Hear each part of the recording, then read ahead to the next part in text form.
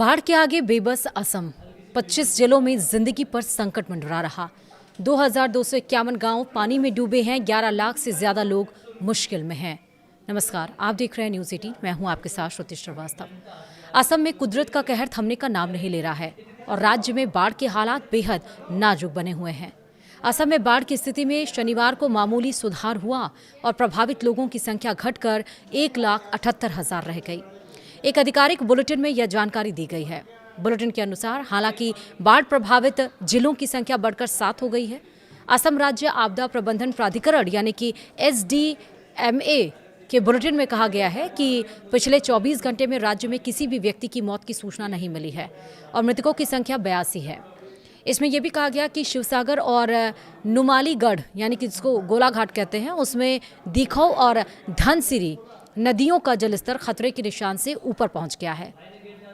ये बताया गया कि गोलाघाट, शिवसागर, चराईदेव, बाजीली, धेमाजी, सोनितपुर और जोरहाट समेत 7 जिले बाढ़ प्रभावित हैं। वहीं 20 राजस्व मंडल और 349 गांव अभी भी बाढ़ की चपेट में हैं। शुक्रवार को प्रभावित जिलों की संख्या 5 थी और प्रभावित आबादी 1,92,000 थी। बुलेटिन के अनुसार राज्य में कुल 44 राहत शिविर संचालित किए जा रहे हैं, जिनमें लगभग 15,000 विस्थापित लोगों को आश्रय दिया गया है। इसके अलावा 17 राहत वितरण केंद्रों के जरिए 5,569 लोगों को सहायता उपलब्ध कराई जा रही है। सोशल मीडिया पर बाढ़ की ताज़ा स्थिति साझा करते हुए मुख्यमंत्री हिमंता बिस्वा शर्मा ने कहा है कि प्रभावित परिवारों तक पहुंचाने के लिए राज्य भर में राहत कार्यों का विस्तार किया जा रहा है। 29 अप्रैल से 31 जुलाई के लिए जारी आधिकारिक बाढ़ बुलेटिन के अनुसार असम के 25 जिलों, 77 राजस्व सर्किलों और 2,251 गांवों में बाढ़ का असर पड़ा है। बाढ़ में 11,45,000 से अधिक लोग प्रभावित हुए हैं, जबकि 218 राहत शिविरों में वर्तमान में 71,889 विस्थापित लोग रह रहे हैं।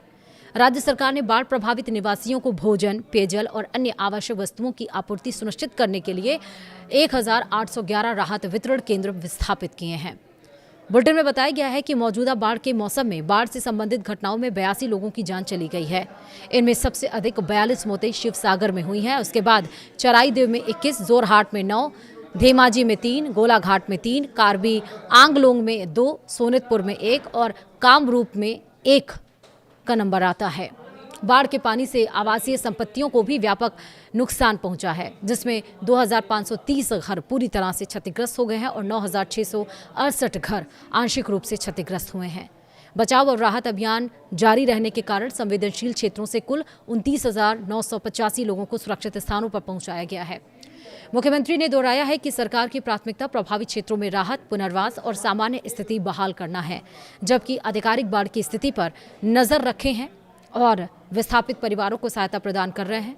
अप्रैल के अंत में शुरू हुई बाढ़ ने ऊपरी असम, मध्य असम और पश्चिमी असम के कई जिलों को प्रभावित किया है, जिससे बुनियादी ढांचे, कृषि और आवासीय क्षेत्रों को व्यापक नुकसान पहुंचा है।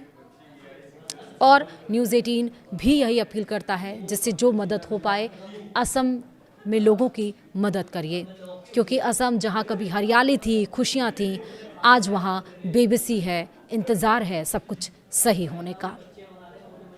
कोई और अपडेट आएगी तो आपको ज़रूर बताएंगे। फिलहाल वीडियो में इतना ही।